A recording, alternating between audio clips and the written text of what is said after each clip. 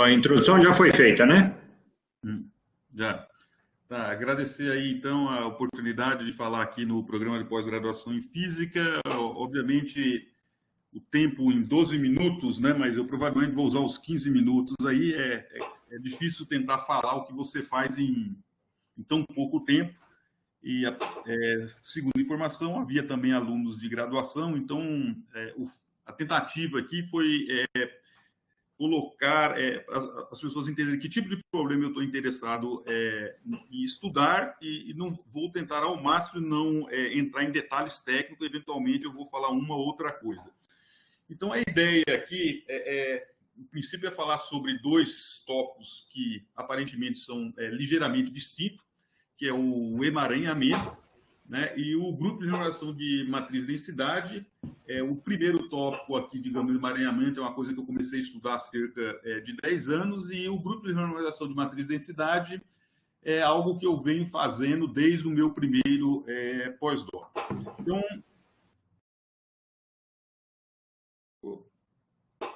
mais ou menos o que eu vou tentar falar aqui, então, explicar para vocês o que é esse sistema fortemente correlacionado e quais são as dificuldades que a gente tem de considerar esse tipo de problemas. Vou falar do emaranhamento e, finalmente, uma visão, ao menos grosseira, do que é o grupo de normalização matriz-densidade. Vocês vão ver que tem uma certa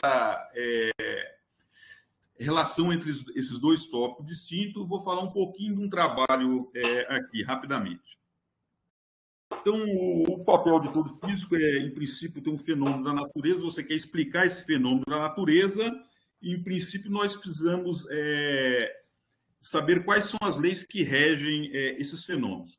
Então, ao menos no contexto do programa de pós-graduação em Física, aqui, praticamente, a escala de energia que a gente investiga, a teoria é dada. Essencialmente, conhecida uma equação que seria o análogo à mecânica clássica, a força total é massa vezes a aceleração. Na mecânica quântica, a gente tem que resolver uma equação chamada equação de Schrödinger, que seria, digamos, o equivalente de descrever o meu sistema, seria eu conhecer essa função de onda que está aqui.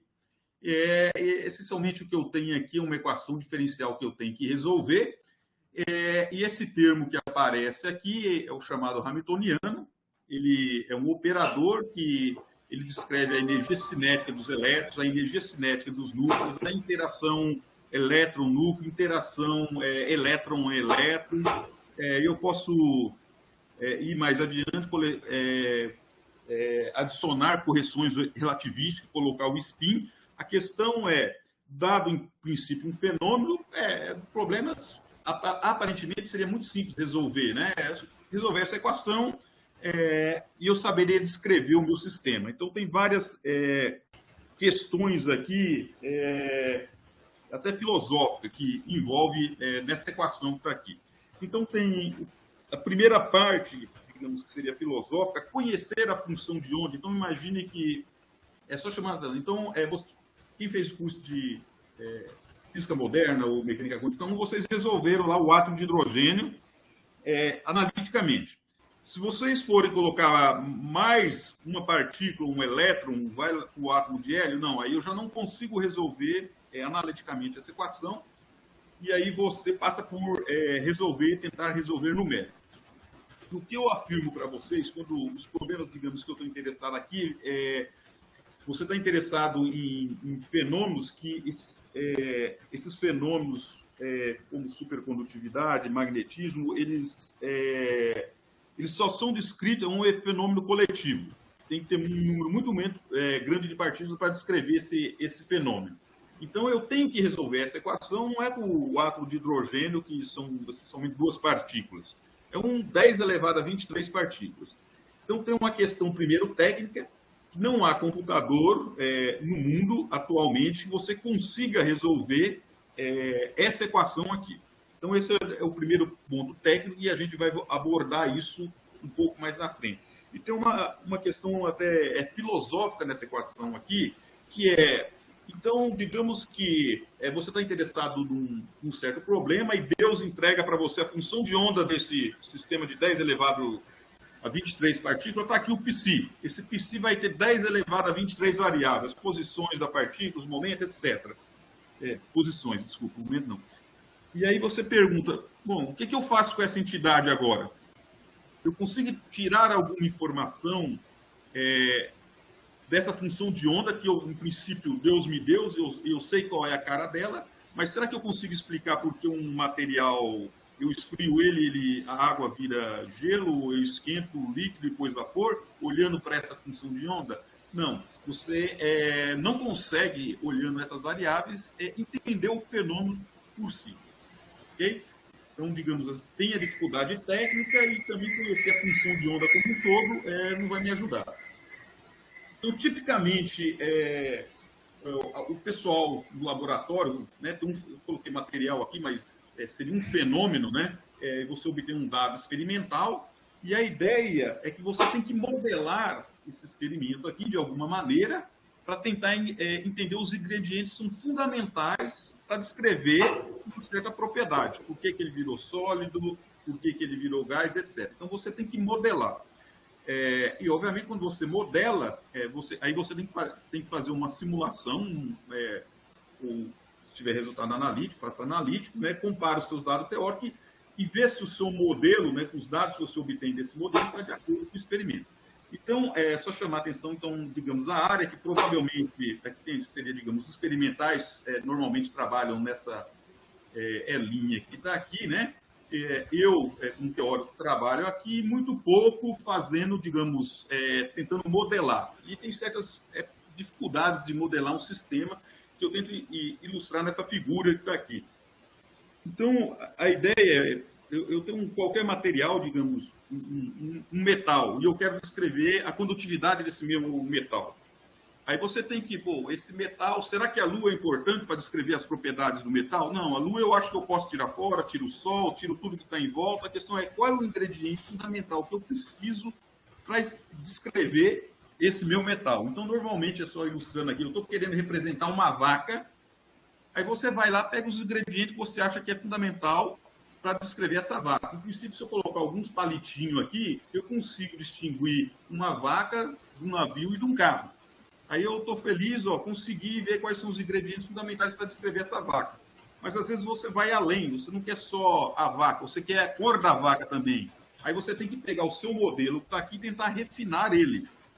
Não é só os pauzinhos que vou conseguir descrever esse meu sistema, eu tenho que adicionar algo mais que seria a cor. Então essa aqui é a parte de modelagem que eu estou chamando a atenção ali, que você tem um material real e tem um processo que você tem que fazer para entender quais são os ingredientes fundamentais para descrever aquele seu material, né? Aqui é só chamar a atenção que eu falei, normalmente eu não trabalho nessa área de modelar um material para tentar entender, né? Mas um tempo atrás eu fiz uma contribuição nos chamados materiais térmicos pesados, que o pessoal conhece, que a baixas temperatura, ele é antiferromagnético. Você coloca uma pressão nesse material, ele passa por uma fase supercondutora, depois a supercondutividade morre. Então, existe um modelo famoso, desde a década de 70, que é o chamado modelo de Kondo na rede, que o pessoal acreditava que descrevia esses materiais que eu estou chamando aqui, os férmions pesados. E o que nesse trabalho aqui, a nossa principal contribuição é dizer, não, o modelo que todo mundo acredita que seria aqui, aqueles palitinhos representam a vaca? Não, não são esses palitinhos. Se você quer representar o seu sistema real por um modelo, não é o modelo que todo mundo pensa, o modelo de Kondo na rede. Você tem que adicionar um outro parâmetro, que no caso aqui seria a interação entre os espinhos localizados. Então, só chamar a atenção um trabalho aqui que a gente às vezes tem que passar pelo modelo, refinar o modelo para tentar descrever corretamente a física de um suposto material. E aqui eu vou voltar rapidamente agora.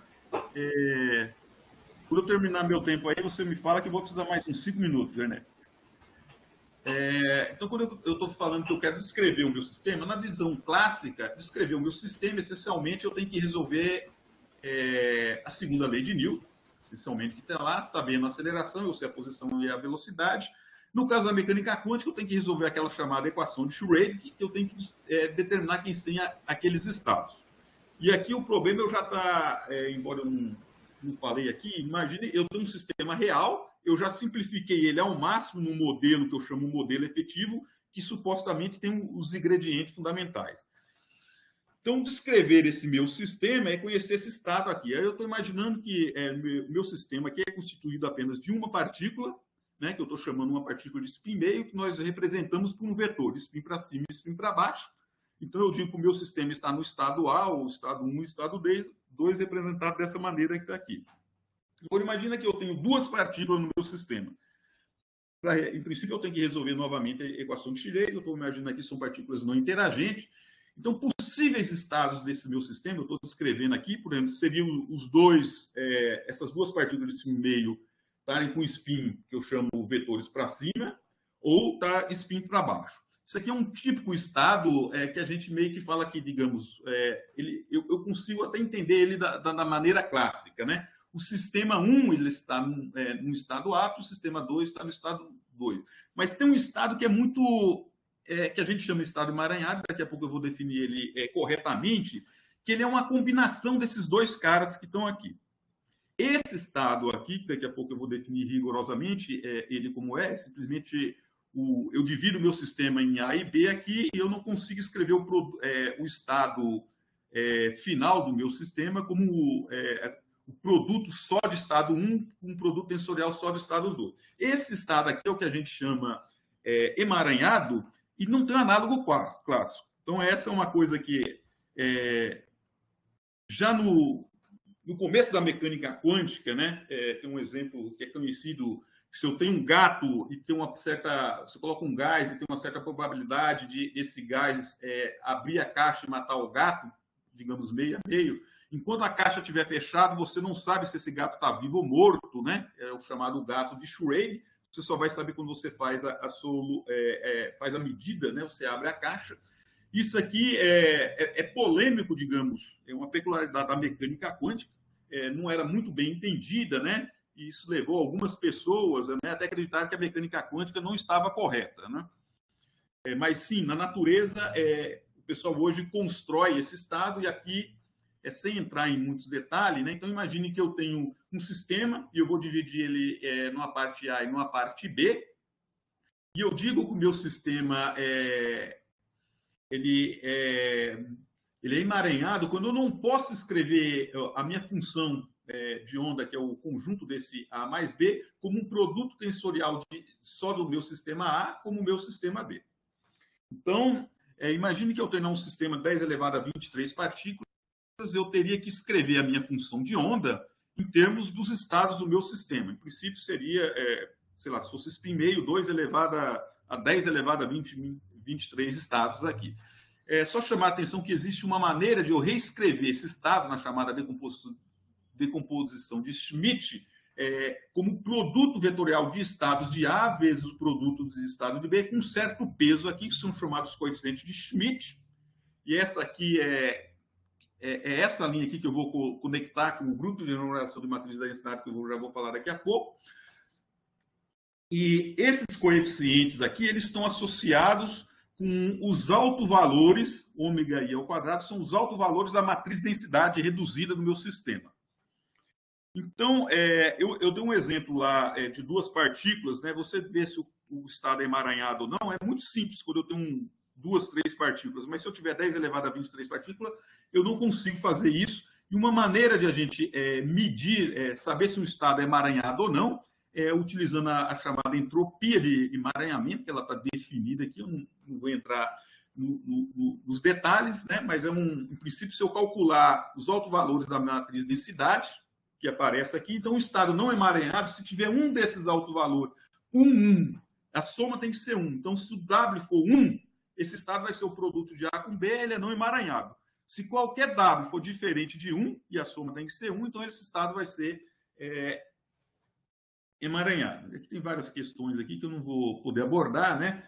E só chamar a atenção, né, que essa questão de emaranhamento, embora antigo, né, ele é fundamental em vários contextos, né? Eu só estou mencionando alguns, né, que o pessoal já mede emaranhamento de um número, não diria macroscópico, mas é um número muito grande de partículas, no caso aqui é quase 3.000 átomos, né? você também consegue fazer esse emaranhamento, né? No caso aqui é par de fótons, eles pegam 2 fótons emaranhados, né? Eles jogam no satélite, eles estão emaranhados, e você só sabe o estado dele depois que você fizer a medida, né? E eles conseguem fazer essa medida a distâncias extremamente longas, né? Deixa eu chamar a atenção nisso. Chamar que emaranhamento hoje, né? É uma coisa que ele engloba vários contextos, desde a física, ciência de computação, matemática, tem a ver com computação quântica, etc, etc. Eu não vou discutir cada assunto desse. E agora eu vou voltar àquele problema rapidamente de como é que eu resolvo um problema envolvendo aquele número muito grande de partículas. Então, eu já tenho um sistema, sei lá, eu estou querendo escrever um metal ferromagnético, que seja, né? Aí eu vou lá, joguei a Lua fora, não importa, o lápis não importa, quais são o ingrediente fundamental, aí você chega numa Hamiltoniana, no caso, por exemplo, de magnetismo, que é o modelo de Heisenberg. De um monte de variáveis, eu reduzi ao máximo, mas esse problema ainda é extremamente complexo. Se eu quero resolver essa equação de alto valor aqui, eu teria, por exemplo, se eu tivesse aqui 30 spin, eu teria que diagonalizar uma matriz enorme. Então, isso também é infactível de a gente calcular numericamente. Como é que eu abordo esse tipo de problema? E agora eu vou falar rapidamente do grupo de matriz densidade, que é exatamente essa questão de eu ter um modelo efetivo que ainda é complexo, mas eu quero descrever a física de baixas energias dele. E a ideia toda é que eu quero crescer, se eu fosse o espaço de Hilbert, imagina que eu tenho 8 sítios e eu cresço para 10 sítios aqui, eu colocando 2 sítios que está aqui. O espaço de Hilbert aqui seria 2 elevado a 8, aqui seria 2 elevado a 10. Esse processo, se eu fizesse iterativamente, ele ia crescer o espaço de Hilbert e eu não consigo diagonalizar.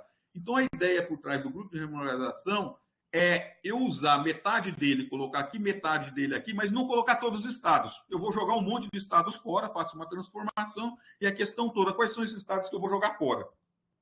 Então, aí tem um procedimento, eu podia pegar estados aleatórios, eu não consigo representar bem o estado fundamental, aí tem o tradicional grupo de normalização, que foi implementado pelo Kondo, né? Ele resolveu um problema famoso e levou o prêmio Nobel. Ele simplesmente, eu estou interessado nas massas de energia, então eu vou reter os estados que têm menores energias. Mas isso não funciona muito bem. E aí, só recentemente, né, o White aqui percebeu que se eu fizer a pergunta, então eu quero representar esse estado da melhor maneira possível, quem são esses estados? Que transformação é essa que eu tenho que fazer aqui? Você tem que escolher os estados da matriz densidade reduzida, que é aquela que está associada com o emaranhamento que está lá.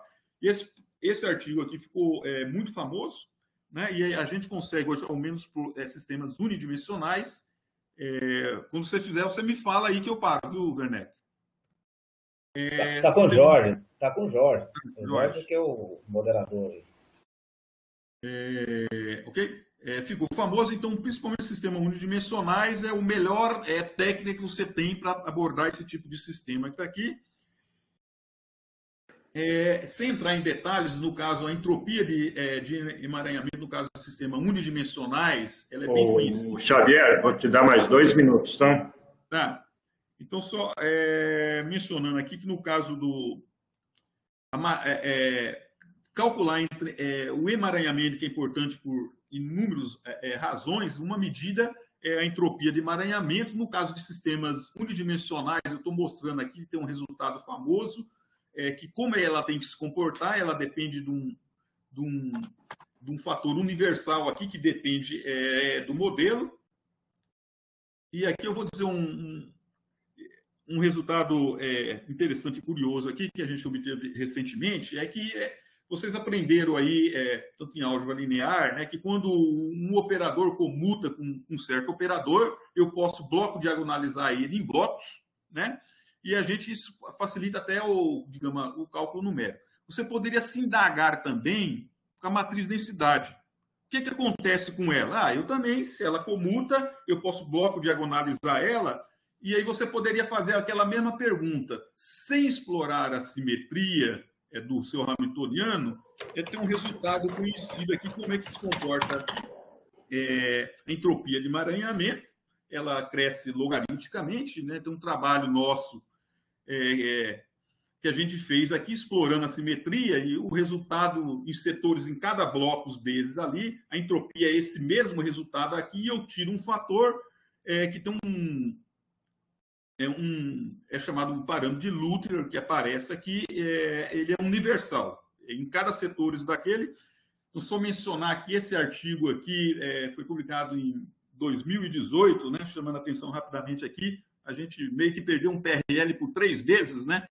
Porque quando a gente submeteu esse artigo, depois a gente viu que também tinha um cara submetido um artigo 3 meses antes, chegando à mesma conclusão de maneira diferente, mas o resultado era parecido, né? E esse artigo, embora em 3 anos aí, ele já tem 48 citações, e provavelmente vai ser um artigo bem citado aí. Bom, vou terminar aqui. Só falar que tem muitas coisas para a gente entender ainda em termos de emaranhamento e sistema fortemente correlacionado. Obrigado. Bom, a gente vai ter bem pouco tempo para pergunta. Eu diria que, na verdade, não temos tempo para pergunta, porque senão o professor Werneck vai ficar sem... O professor Werneck e eu vamos ficar sem tempo. Quem quiser pode me contactar depois. Não ou se tiver uma pergunta, rapidamente.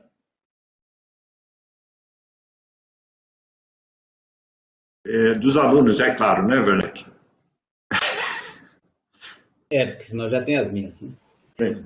Então, por favor, todo mundo tem aí o e-mail do professor Xavier, se ele puder colocar o e-mail dele aí no chat, só para se tiver algum aluno novo aí que ainda não teve aula com ele, não tem e-mail dele, mandar perguntas para ele. Bom, então, agora o professor Werneck vai fazer a sua apresentação.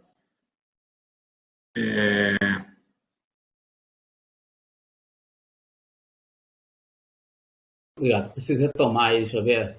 Retomou, sim. Eu já vou fazendo a introdução do professor Werneck. O professor Werneck fez obteve seu doutorado na PUC do Rio de Janeiro, com o professor Henrique Anda. Depois ele foi fazer o seu pós-doutorado na Ohio University, em Ohio. E depois que ele voltou, eu acho que logo depois que ele voltou, né? Ele foi contratado aqui em Uberlândia e está aqui desde então, e atualmente é o coordenador da pós-graduação, e eu quero agradecer a ele por ter tido a iniciativa de organizar esse workshop, que eu acho que é muito importante. Então, a palavra está com o senhor, professor. Só preciso achar minha apresentação. Hein? Pô, se eu soubesse, eu usava mais alguns minutos lá, velho. Pois é, enquanto eu estou preparando, uma boa ideia. Espera aí, já vou fazer, viu? Não se preocupe, hein? Tá certo.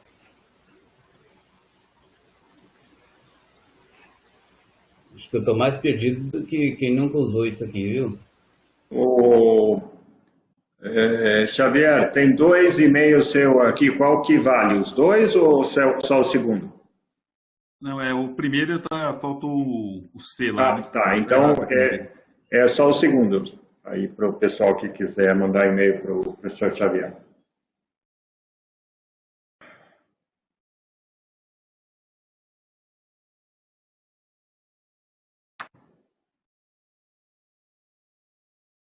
Professor Werneck, seu tempo acabou. I'm sorry.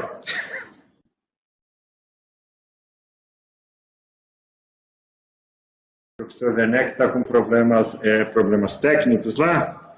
Enquanto isso, eu vou contar algumas piadas para vocês. O físico entrou no bar para tomar cerveja com o químico. Professor Werneck, vamos lá. Ele não caiu, saiu, não? Eu acho que ele teve problema com com a internet dele lá. Deixa eu contactar ele por Skype. Às vezes se quiser inverter, você também falar primeiro. Espera aí, deixa eu também tenho o telefone dele aqui.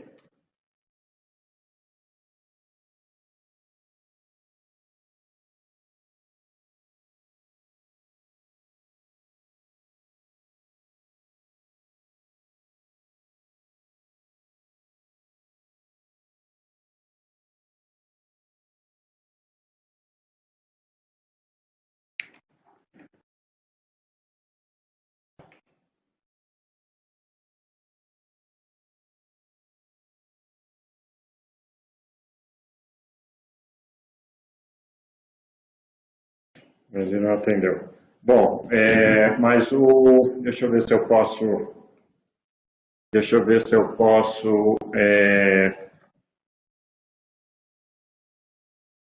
Eu não posso compartilhar a tela porque ele está como host, senão e o telefone dele não está atendendo, está mandando para a caixa eletrônica. Como ele está como host, eu não posso compartilhar a tela.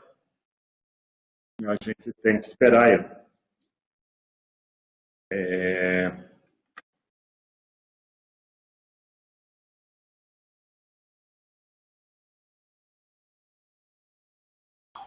Ele caiu? O Edson? O Edson caiu, E como ele está como host, não tem muito que a gente possa fazer. É verdade. Aí ele que... Ele está me ligando. Está me ligando. Só um segundinho. Alô, professor? Caiu a luz? Mas eu não estou como host, então eu não tenho como. Você teria que passar para mim. Só que aí você não tem como, né? Eu não posso share o meu screen porque eu não sou host. Eu estou clicando aqui e está dizendo you are not host, you cannot share your screen. You must be a presenter. Oi? Professor, não estou ouvindo. Voltou? Voltou. Tá, beleza.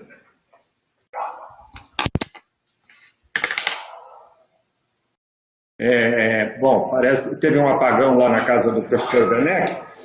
Isso porque ontem o Bolsonaro falou que não tinha chance de haver apagão esse ano aqui no Brasil. Então,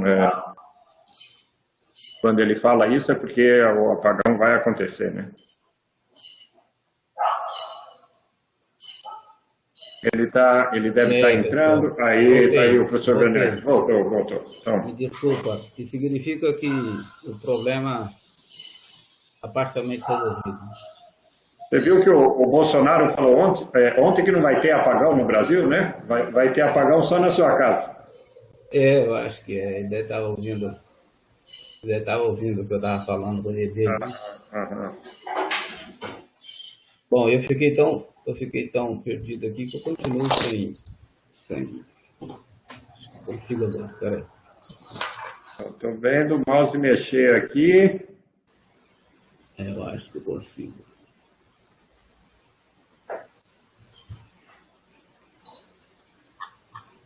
Deixa eu ver, acho que eu consigo agora.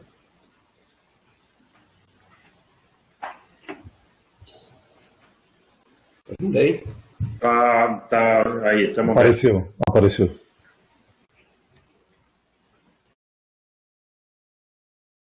Estão vendo a tela errada, né?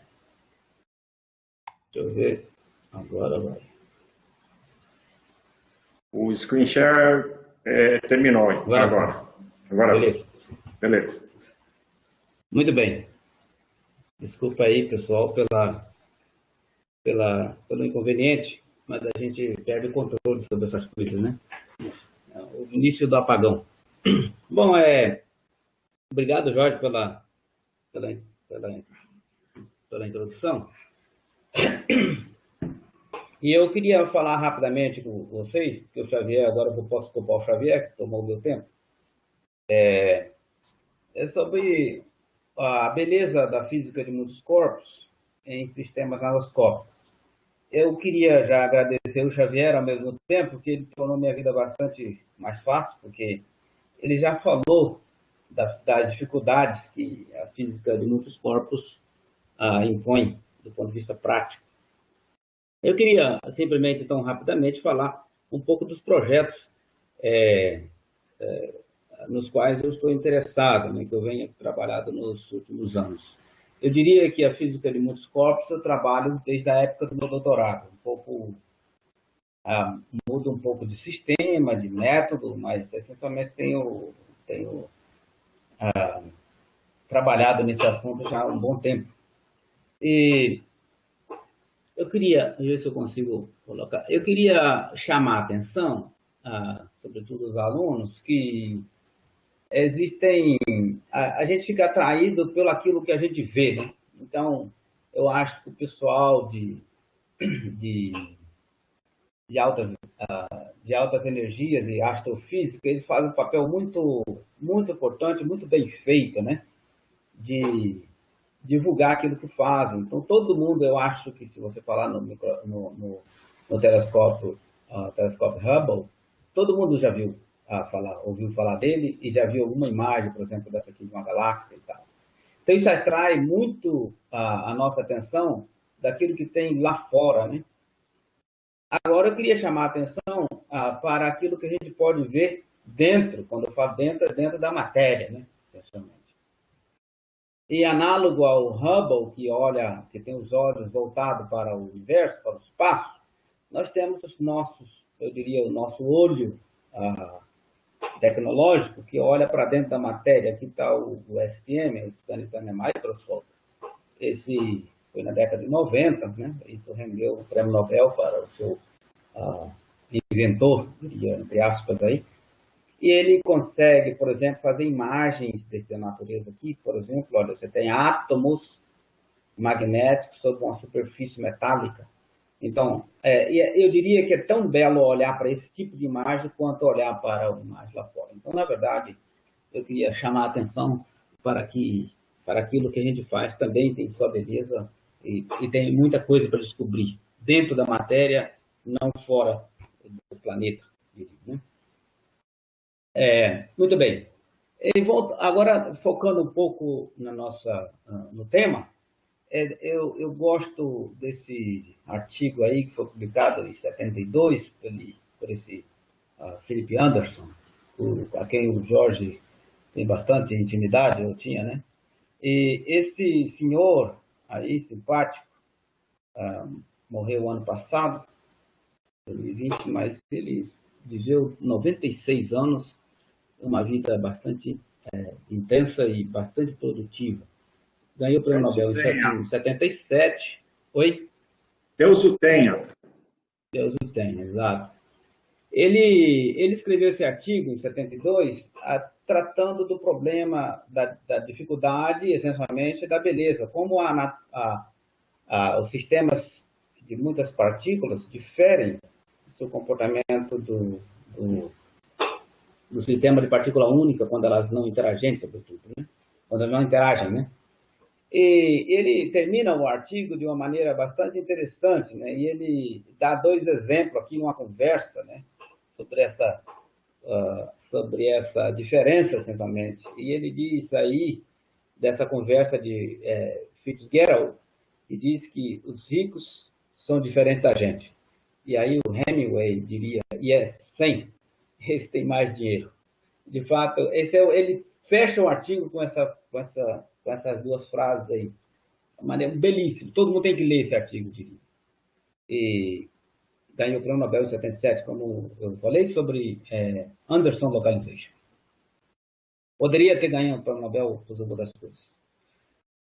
Bom, então, em resumo, eu diria que o efeito coletivo das partículas, né, do sistema de partículas, em geral, não pode ser inferido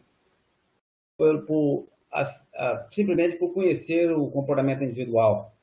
Isso, eu diria que isso acontece também em sociologia, eu diria, né? Não sou sociólogo, conheço pouco sobre o assunto, mas o comportamento individual de cada pessoa não é suficiente para explicar o comportamento coletivo de uma dada população.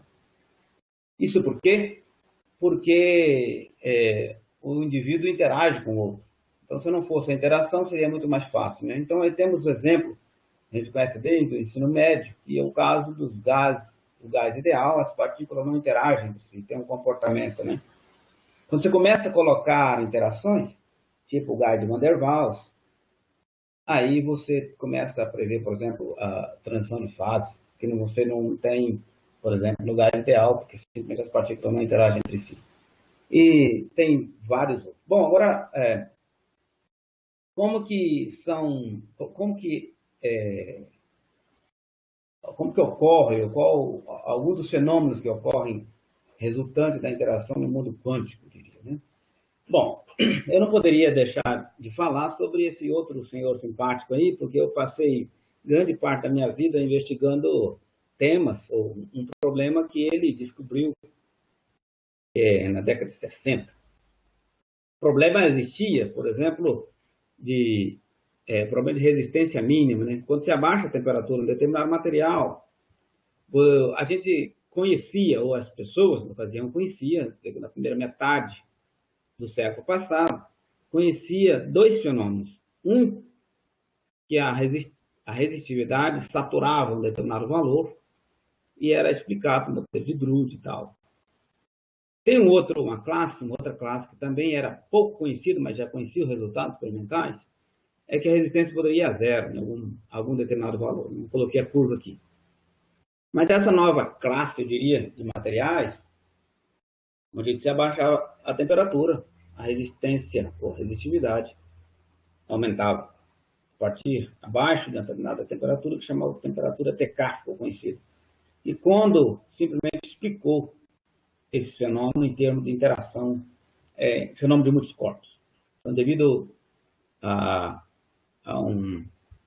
uma blindagem coletiva das impurezas do material, você tinha um estado chamado estado quando, que aumentava a temperatura do sistema. Mais tarde, esse fenômeno foi observado em átomos em superfície, nesses objetos aqui, ou nesses sisteminhas mais simples, chamados quantum dots, ou pontos quânticos, e também em moléculas, desse tipo de constrictions, né?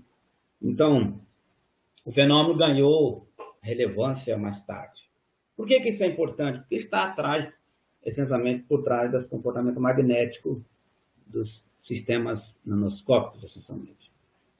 Então, eu diria que, por que o sistema de nanoscópio é importante? Primeiro, eu diria que mais pura, talvez, não me entendam mal, quando eu digo que é uma motivação pura, é no sentido que não tem interesse nenhum do ponto de vista econômico, tecnológico, nada. Porque conhecimento é importante. Isso aí poderia parar por aqui e investir toda a vida nesse assunto, simplesmente porque conhecimento é importante. Eu acho que já valeria a pena. Mas não para por aí. Você tem aplicações tecnológicas, ou pelo menos potenciais aplicações tecnológicas. E eu daria dois exemplos aqui. A gente tem os atuais, né? Ou eu diria os antigos, porque já conhecemos há muito tempo, transistores. Aqui acho que todo mundo já abriu um equipamento eletrônico e viu dispositivos desse tipo sobre as placas. Olha o tamanho, a escala de tamanho da ordem de centímetros. Os novos transistores, eu diria que ainda não estão funcionando, provavelmente, no seu sistema aí, são esses chamados pontos quânticos, ou pelo menos são desejados, né? E enquanto esse dispositivo aqui controlam corrente de uma infinidade de elétrons, esse de cá controla corrente de poucos elétrons, ou chamado single electron transistor. Então, esse aqui é um candidato a compor a eletrônica do futuro, aquela que ainda está sendo desenvolvida. Bom, eu vou falar rapidamente sobre alguns projetos de interesse nesse contexto.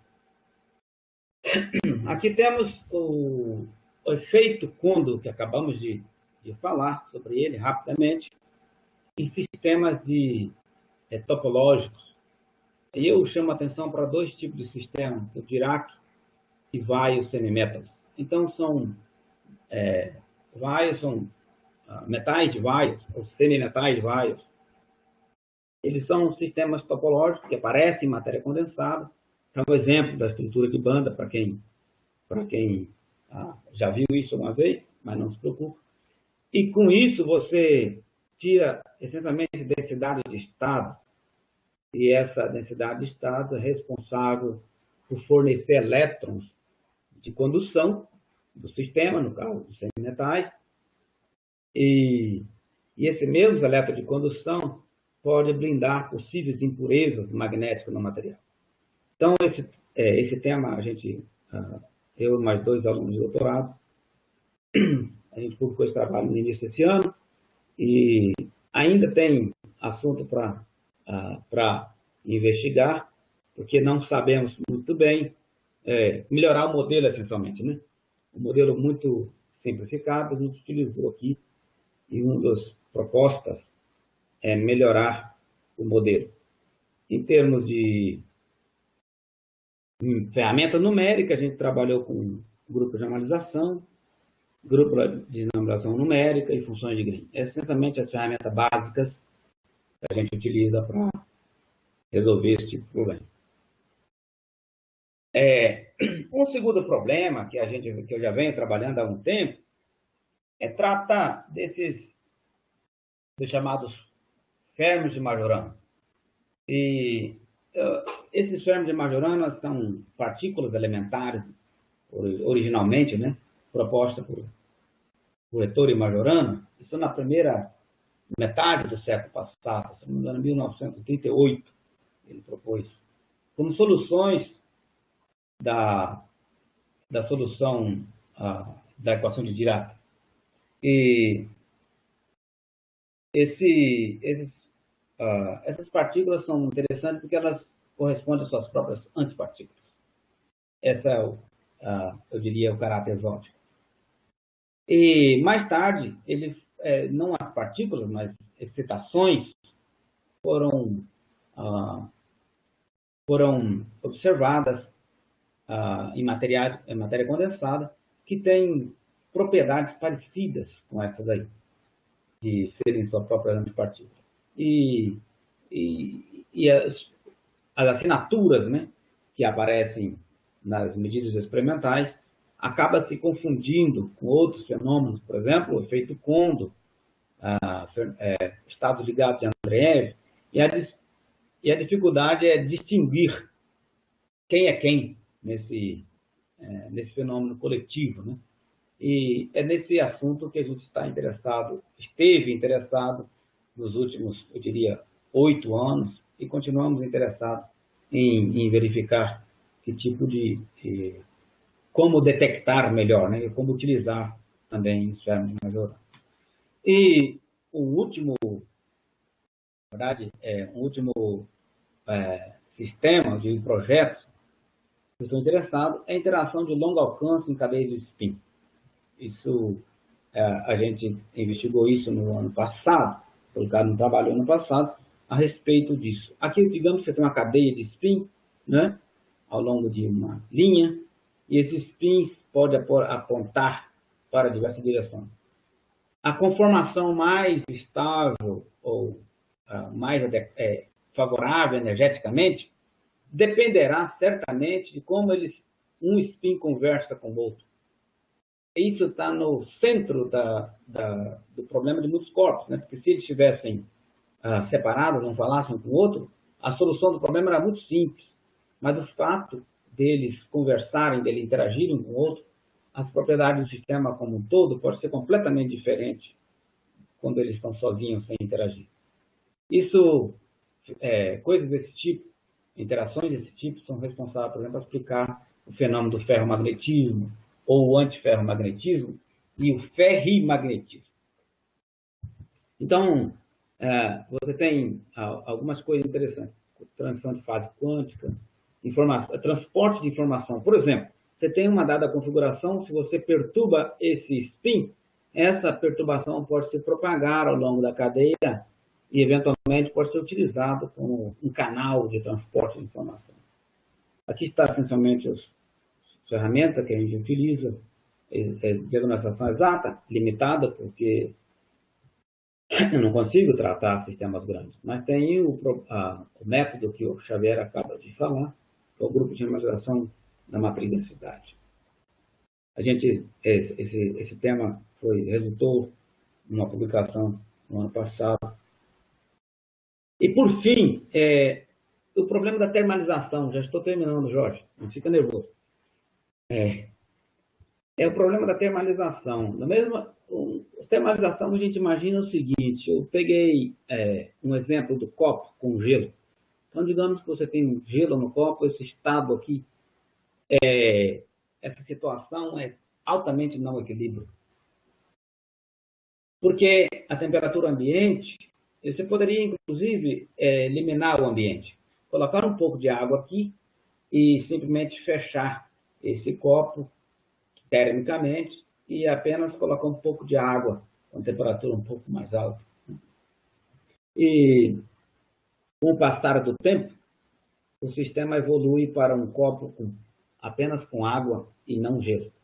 Então, essa situação de não equilíbrio não é termalizado e, com o passar do tempo, o sistema termaliza. Como que acontece termalização em sistemas quânticos? Imagina um sistema de spins aqui, você tem uma situação bastante... se você contar aqui, você tem o mesmo número de setinhas para cima, corresponde a spin up e spin down. Significa que se você somar o momento magnético, dá zero. Mas esse estado é altamente de não equilíbrio. E aí você deixa esse sistema evoluir de acordo com um dado hamiltoniano. Pode ser, por exemplo, aquele hamiltoniano de Heisenberg, que o Xavier mostrou na sua apresentação. Se você deixa esse sistema evoluir, eventualmente o sistema vai estar ok. A magnetização ao longo da cadeia é zero, em toda a cadeia. É difícil desenhar em termos de seta aqui, porque são objetos quânticos.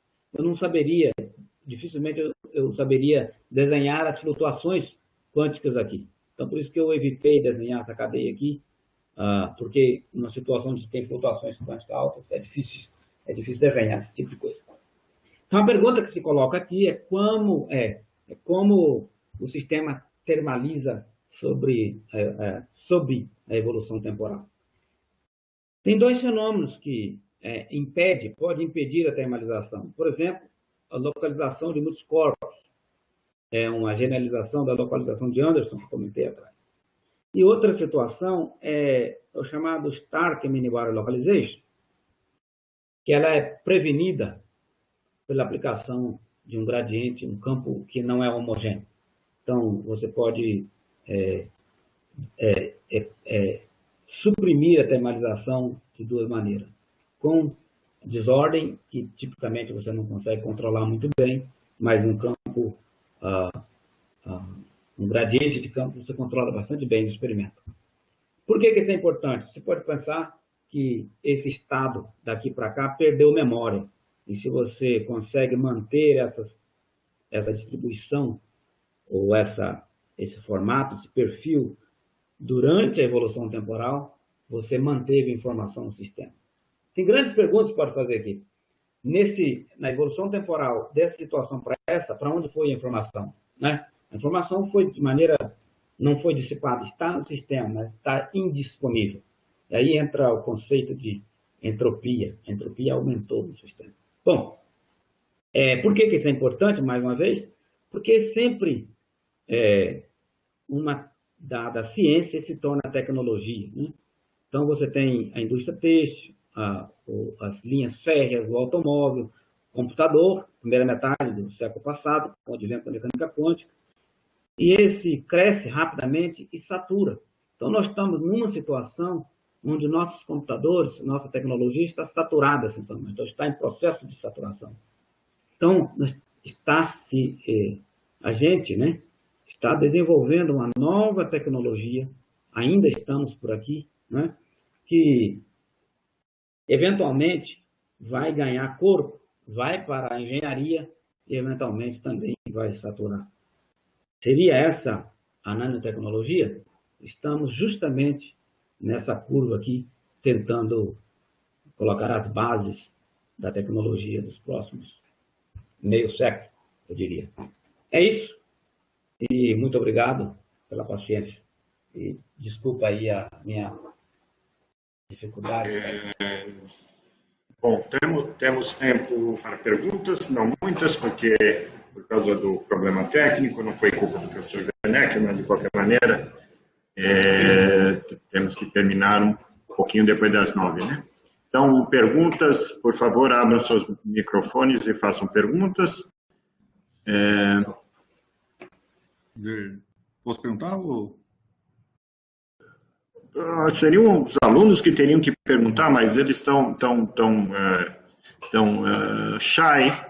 Então, Xavier, go ahead. Uma pergunta sincera, Werneck, que eu realmente não sei. Você falou ali de um modelo com interação de longo alcance, né, possível aplicações, etc. Você poderia mencionar alguma realização experimental desses sistemas? Se você, sim, obrigado, Xavier, pela pergunta. De fato, se você coloca, tem realizações experimentais, assim, que vê interação de longo alcance, é que se você coloca momentos magnéticos ao longo de da borda de um sistema topológico, por exemplo, esses estados de borda, mediado pela interação em órbita, produz uma interação que não é de curto alcance. Ela decai, não decai como 1 sobre R, e, portanto, em uma dimensão, né? E, portanto, se caracteriza por uma interação de maior alcance.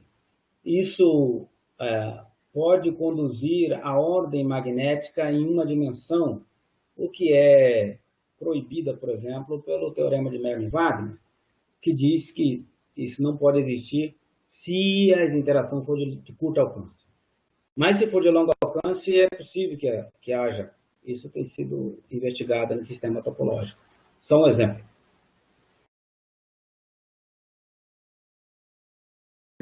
Mais alguma pergunta? O professor Xavier está satisfeito com a resposta? Acho que não. Provavelmente verdade, não. O modelo por si não tem essa interação. O que eu estou dizendo é RKKY aí. Não. Você teria que voltar atrás e colocar um modelo mais generalizado. O modelo de RKKY não vai, porque o RKKY cai como sobre R em um D. De fato, você precisaria de um modelo mais generalizado. Né? O modelo de Heisenberg, por exemplo, tradicional, né? Você tem primeiros vizinhos, por exemplo, uma cadeia tight binding. Esse não leva a ordem magnética, de fato. É curto alcance. Precisaria ter Não, é o que eu estou falando. O modelo em si não tem. Efetivamente, ele é descrito por um modelo que tem interação de... o que eu estou entendendo é isso. O modelo originalmente não tem interação de longo alcance, mas efetivamente ele se comporta... Não. O modelo precisa ter interação de longo alcance. Esse é o ponto. Se o modelo não tem, de fato, não teria ordem magnética. Ou então violaria o princípio, o teorema de Merlin-Wagner, que é uma condição necessária para ter... É uma condição proibitiva, né? Se não tem interação de longo alcance, não pode ter ordem magnética. Não sei se Então, o modelo precisa ter interação de longo alcance. Não, eu perguntava da realização experimental, não do modelo. Bom, na realização experimental, você tem todos os ingredientes. Nesse spin órbita pode produzir essa interação de longo alcance. Nesse sentido aí.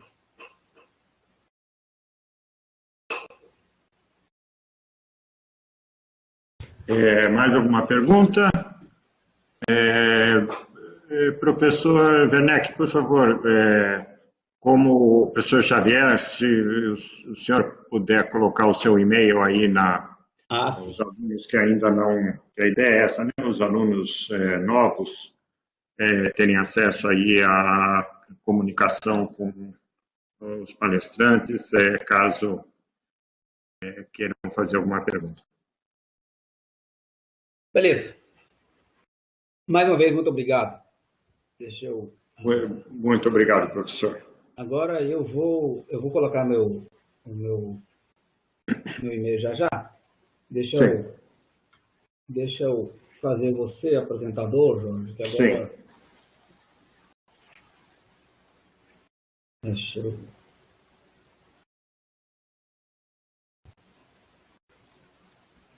Muito bem, já é.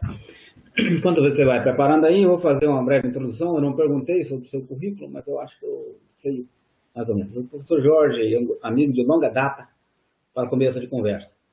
Eu não gosto de falar desde quando não, porque isso revela a nossa idade. Então, isso é meio ruim. Sobretudo a dele, né? Sim.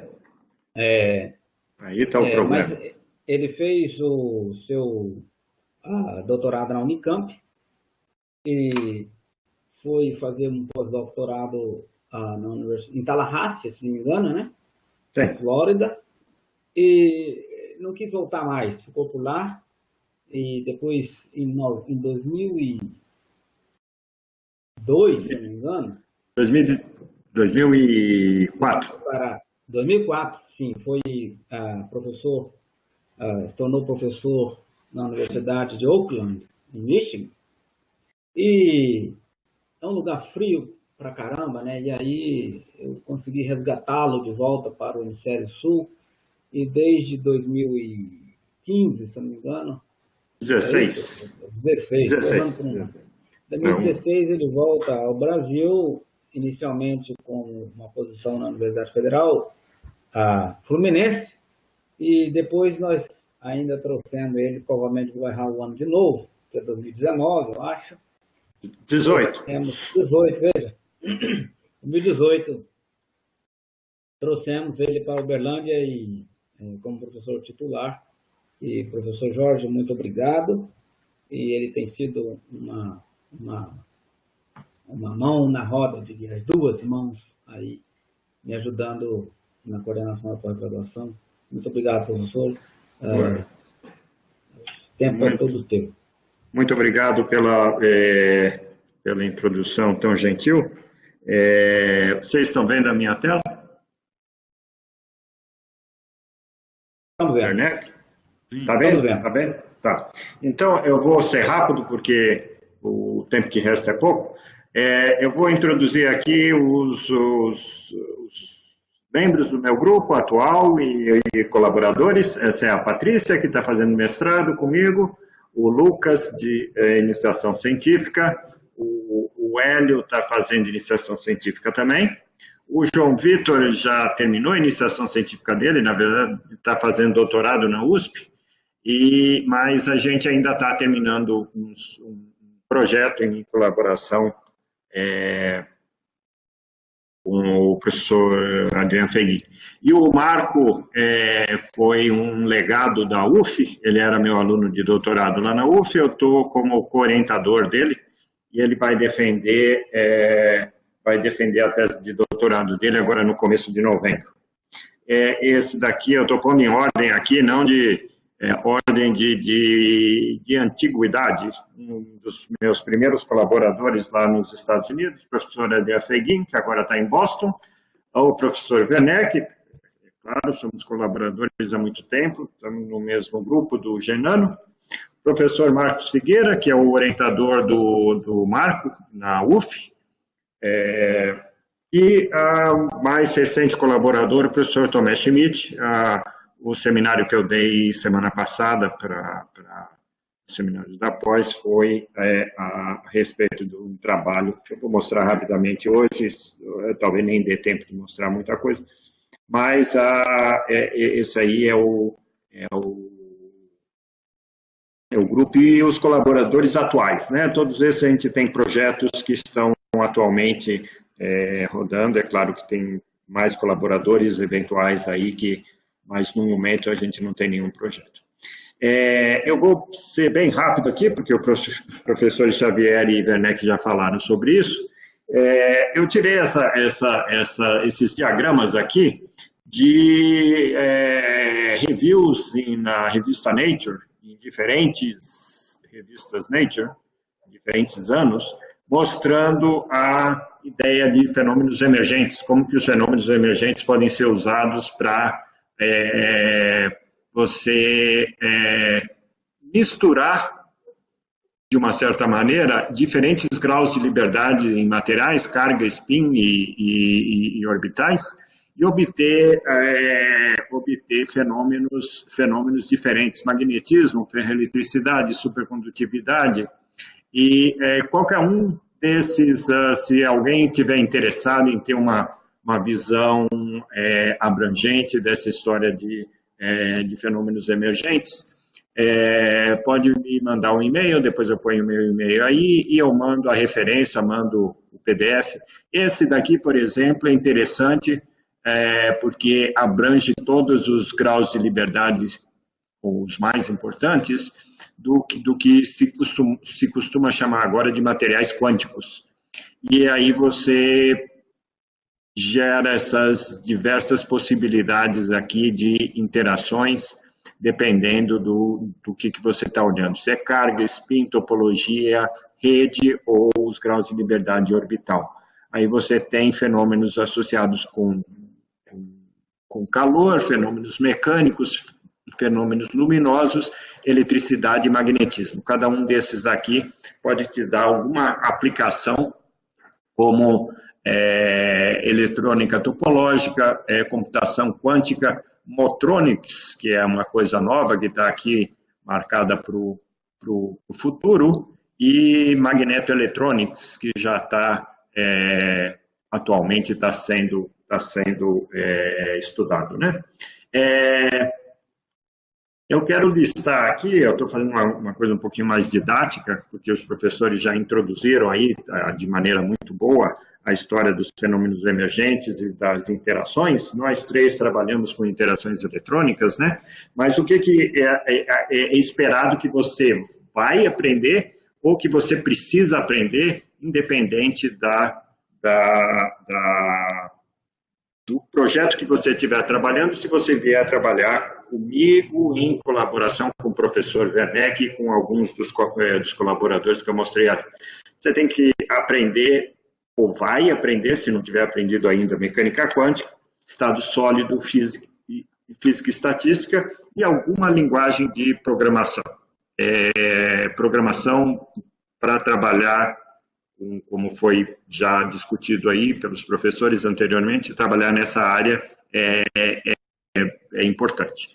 Tem muitos poucos pacotes, tem alguns pacotes que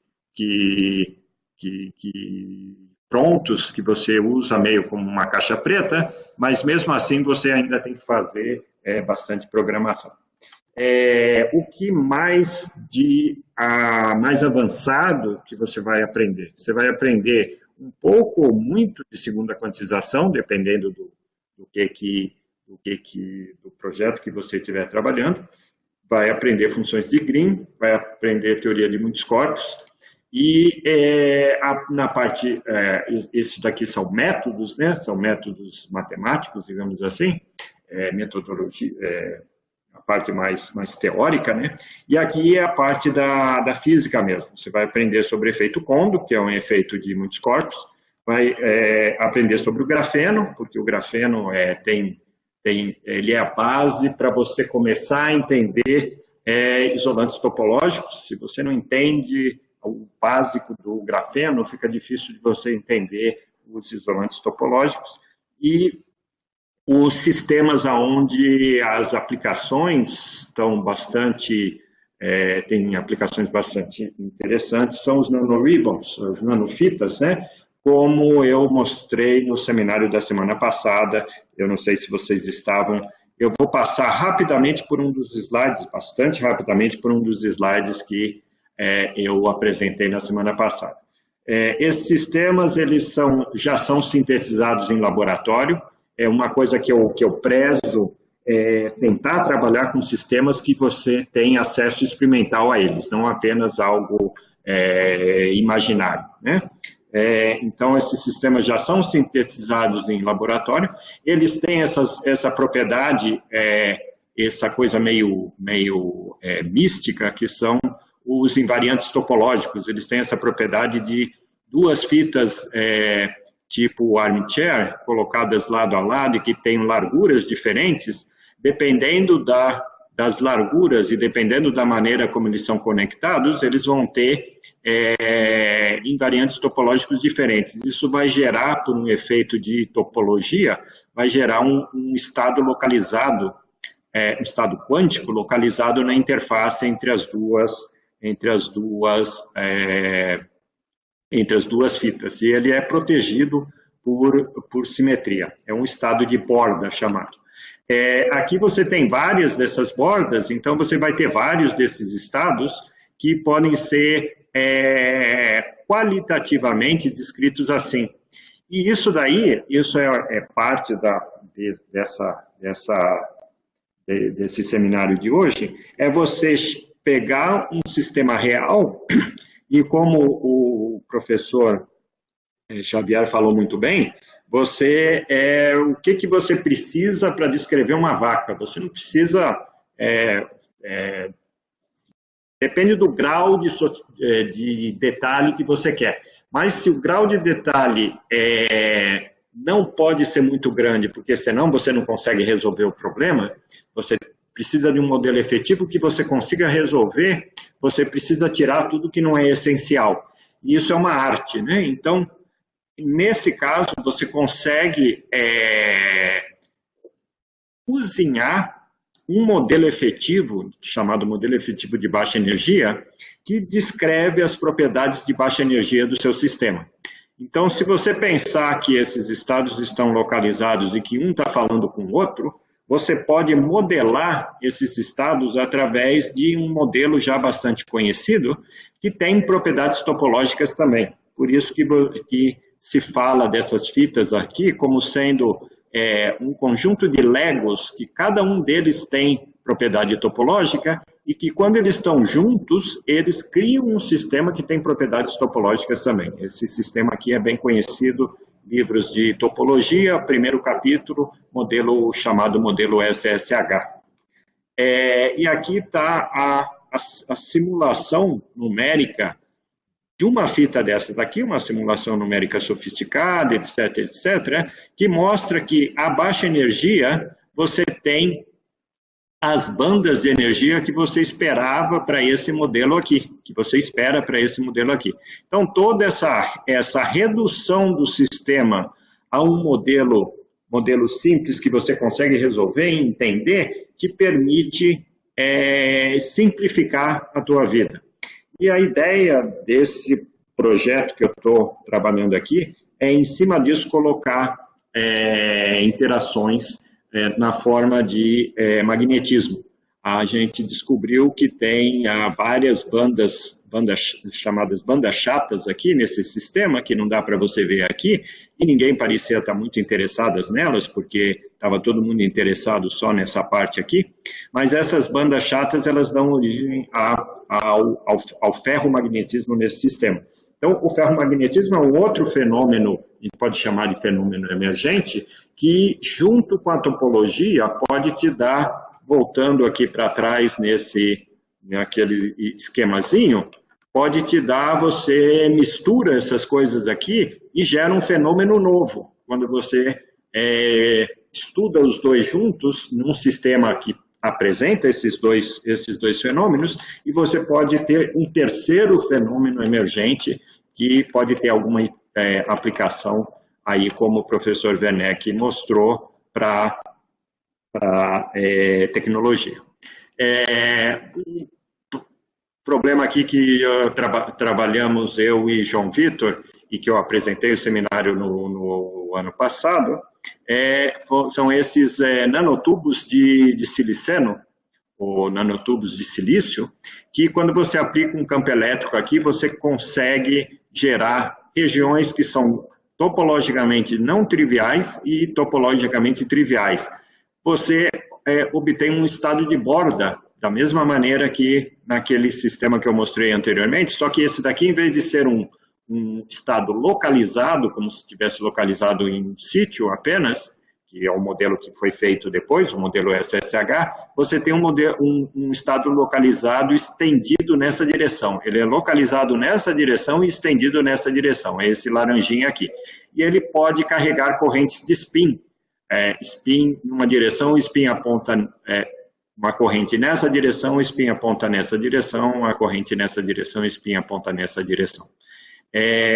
A gente fez as continhas aí e entendemos como é que é a formação desses estados e publicamos esse paper no Journal of Physics Condensed Matter começo desse ano. Então, era isso que eu tinha para falar para vocês. Eu sabia que eu ia ter pouco tempo. Então, se houver alguma pergunta, caso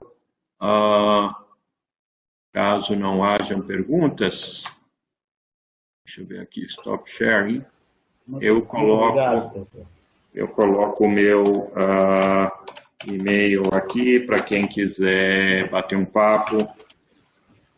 Muito bem, fazer uma pergunta. Obrigado. Professor, temos tempo para uma pergunta? Alguém quer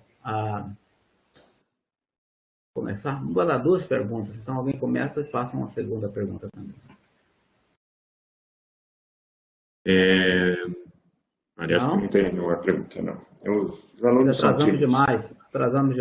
Atrasamos demais, Culpa foi minha.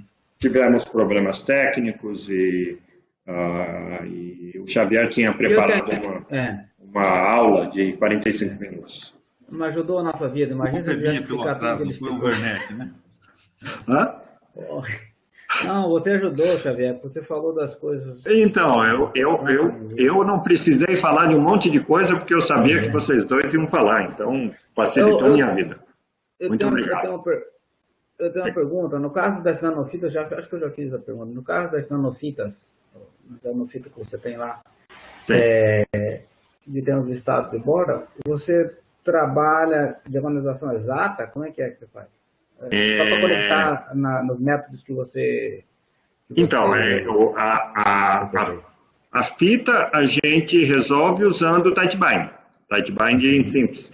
Você pode obter... o que a gente está trabalhando agora, a gente, no momento, não estamos interessados na topologia, a gente quer analisar o ferromagnetismo. Mas, para obter a topologia, você calcula o invariante topológico com as funções de onda que você obtém do tight binding. É basicamente uma integral na zona de Brillouin, coisa que de novo, como eu falei, é coisa que você tem que saber programar. O sistema é infinito, portanto tem simetria de relação, aí você consegue levar nos exatos. Bom, nesse sistema que tem as bordas, não. Aí ele não é infinito. Os programas ficam pesados porque você não tem a simetria de translação, fica mais complicado. Para você... Deixa que eu vou deixar... Alguém tem mais alguma pergunta? Porque eu tenho outras perguntas, mas depois eu falo com você. Se não, vamos agradecer ao professor Jorge e depois eu pergunto a você por que não tem. Mas tudo bem. Tá. Tudo bem. Depois. Muito obrigado, pessoal. Nos vemos amanhã às 8 com mais apresentações. Temos mais amanhã e quinta-feira, né? Exato. Tá certo. Ontem eu não consegui participar, infelizmente, mas a quarta e quinta eu vou participar. Tenham um bom dia. Obrigado, de novo. Obrigado, Jorge. Bom dia para vocês aí. Obrigado pela atenção. Uma boa semana. Obrigado. Tchau. A gente tem a nossa reunião agora, né, professor? Vamos lá? Temos a nossa reunião. Eu tenho que sair por 5 minutos, já volto. Eu vou mandar o link, tá? Beleza. Agora. Me manda, eu tenho que sair por 5 minutos, já volto.